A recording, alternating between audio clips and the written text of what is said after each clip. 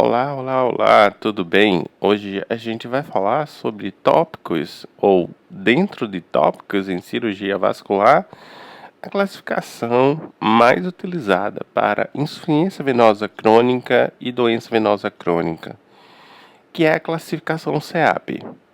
A classificação CEAP, ela surgiu por volta da década de 80 do século passado como uma forma de normatizar as classificações que existiam na época para falar a todos os médicos e pesquisadores uma só linguagem. Ela é uma classificação clínica, mas você vai ver que em algumas partes dela, os exames que eram feitos, manobras clínicas, hoje em dia se utiliza mais a ultrassonografia Doppler. Então, a gente pode dizer que ela é uma classificação mista, que não é só baseado em eventos clínicos, em dados clínicos, ok? A parte da classificação clínica que a gente utiliza mais é o C. Porque, vamos relembrar, né? O CEAP é o acrônimo de C, clínica, E, etiologia, A, anatomia e P, fisiopatologia. Como essa classificação ela foi escrita em inglês, então o P é patofisiologia e no português seria fisiopatologia, tá certo? Então, dentro do C, a gente vai ter 6 categorias ou estágios, que é uma evolução da doença, tá certo? E além dessas letrinhas e esses números, a gente ainda poderia acrescentar depois dela o A ou o S. O A seria de assintomático e o S de sintomático. Por exemplo, no C0, os pacientes têm sem sinais visíveis ou palpáveis de doença venosa crônica. Mas ele pode ser sintomático? Pergunto eu. Hoje em dia se aceita que mesmo o C0 seja sintomático, porque como a gente vai ter outros exames para avaliação, o paciente pode ter uma doença venosa que não se manifestou com sinais, só com sintoma então, e com exames mais aprofundados, como por exemplo, ultrassom Doppler. Ok? Então, C0, assintomático. C1, telangiectasias ou veias reticulares. Não é a mesma coisa. Telangiectasias são dilatações de veias menores do que 1 milímetro que estão na epiderme, né, no subcutâneo, e tem até 1 milímetro. E reticulares, elas seriam um pouquinho maiores, até 2 centímetros. Dilatadas, tortuosas, às vezes assumindo coloração diferente, azulada ou avermelhada. No C2, a gente teria varizes, que é quando essa veia dilatada, tortuosa, tem mais de 3 milímetros de diâmetro. No C3, a gente teria o edema, quer dizer, além de a gente ter os achados anteriores, o paciente teria edema. Lembrando que essa evolução ela não é bilateral. Eu posso ter um paciente que tem C1 na perna direita e C4, C5, C6 na perna esquerda. Aí a gente fica pensando, mas a doença venosa crônica não é uma doença crônica? Não, ela pode assumir uma evolução diferente nos membros. Porque eu posso ter tido ali uma trombose, uma sobrecarga de peso maior naquele lado. Então, a evolução das pernas vai ser diferente, tá certo? No C4A, a gente teria o C4, na verdade, dividido em C4A e C4B. No C4A, a gente teria pigmentação ou eczema. No C4B, uma evolução mais grave, mais avançada, com a lipodermatoesclerose, que é uma fibrose do subcutâneo e da epiderme, a pele fica espessa, ou ainda atrofia branca. A atrofia branca, ela também é mais grave do que a lipodermatoesclerose, tá certo? A atrofia branca é uma área esbranquiçada da pele que está anunciando assim, ó, vou formar uma úlcera, por favor me ajude. No C5, a gente teria uma úlcera venosa já cicatrizada. Quer dizer, o paciente Ele já passou pelo 6, fez a curva, fez o tratamento, ou melhorou espontaneamente e agora tem uma úlcera cicatrizada. O C6 tem uma úlcera venosa ativa. Aí você pergunta assim, mas o que é que tem a ver varizes com úlcera?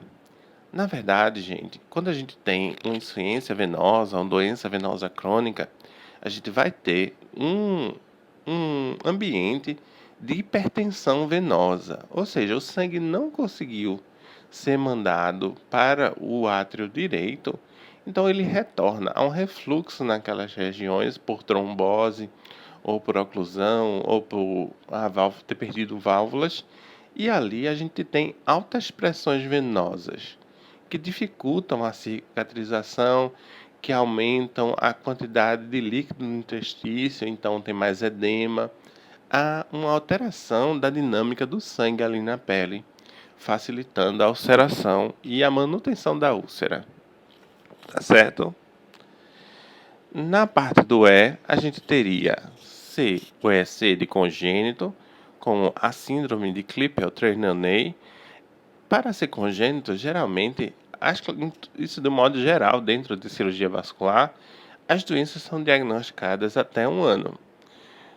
O EP é quando ela é primária. A doença tem uma característica de evolução primária, como pessoas que têm, despertam varizes sem ter um fator de risco, uma causa facilmente atribuída, como no caso do EC, que é o EC secundária. Por exemplo, o paciente teve uma trombose e depois teve síndrome pós-trombótica e doença venosa crônica fazendo parte desse espectro. O RN é sem causa venosa identificável. Dentro do A, que é a classificação anatômica, a gente teria o local onde essa insuficiência venosa, essa doença venosa vai se instalar, ou de onde vem a insuficiência.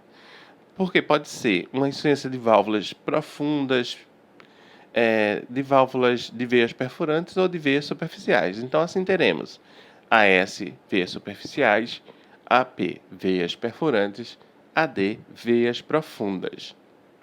AN, o local venoso não é identificado. Às vezes, o paciente não tem necessariamente varizes, veias dilatadas, mas ele tem veias profundas insuficientes, como a safena. Geralmente uma coisa está associada à outra. Quando tem refluxo lá, ele acaba tendo varizes. Mas eu posso ter uma insuficiência venosa da safena, mesmo ainda ela mantendo um tamanho adequado, aceitável, né? Então, esse A vai falar a respeito disso. No P, da patofisiologia, o R seria por refluxo. As válvulas não estão conseguindo fazer seu trabalho. Então, aqui é que eu falei que o diagnóstico vai ser dado por ultrassonografia. Os exames, como o teste de Trendelenburg e outros, eles são historicamente muito interessantes, podem ser feitos na prática do consultório para nos dar direcionamento de onde vem o refluxo e tal, mas o ultrassom ele vai ser mais rico e também a história do paciente, né? O paciente relata que teve uma trombose, ou no prontuário dele está escrito que ele teve uma trombose anos ou meses atrás. PO seria obstrução, PRO quando as duas causas coexistem e PN quando a fisiopatologia não é identificada, tá certo? Quando a gente fala de CEAP de um modo geral, às vezes a gente simplifica falando a respeito apenas do C, que eu não vou repetir, mas é como se fosse um CEAP simplificado, que algumas pessoas falam assim, CEAP simplificado, ok? E aqui a gente tem imagens, que eu acho que o C0, o paciente não tem sinais visíveis. C1, telangiectasias irreticulares. C2, varizes visíveis. Não precisam ser em toda a perna, extensas, varizes extensas para ser C2. Se ele tem varizes que são maiores que 3 milímetros, mesmo que seja uma pequena parte da perna, vai ser C2. O C3 é quando a gente tem edema. Esse edema tipicamente piora durante o dia e melhora com a elevação do membro, uso de meias, descanso, né, da perna. E piora também, às vezes, no período menstrual. O C4 seria quando eu tenho alterações cutâneas, como a dermatite ocre, eczema, dermatoesclerose e atrofia branca. O C5 é quando eu tenho uma úlcera curada e C6 quando eu tenho uma úlcera venosa ativa. Tá certo? A gente tem um trabalho da Sociedade Brasileira de Cirurgia Vascular, que é uma diretriz sobre insuficiência venosa crônica, um trabalho bem interessante, utilizando aquela ideia do pico de meta-análise, né, para saber o que é que se tem até hoje sobre de importante do que a ciência tem falado. Então, oriento vocês a buscarem isso na internet, insuficiência venosa crônica, diagnóstico e tratamento, do projeto Diretriz da Sociedade Brasileira de Cirurgia Vascular. Há também o consenso da Sociedade Europeia de Doença Venosa Crônica, que é muito interessante. Muito obrigado pela atenção de vocês. Quem puder, se inscreve no canal, dá o seu joinha, tá bom? Fiquem com Deus, tenham todos um ótimo dia. Tchau.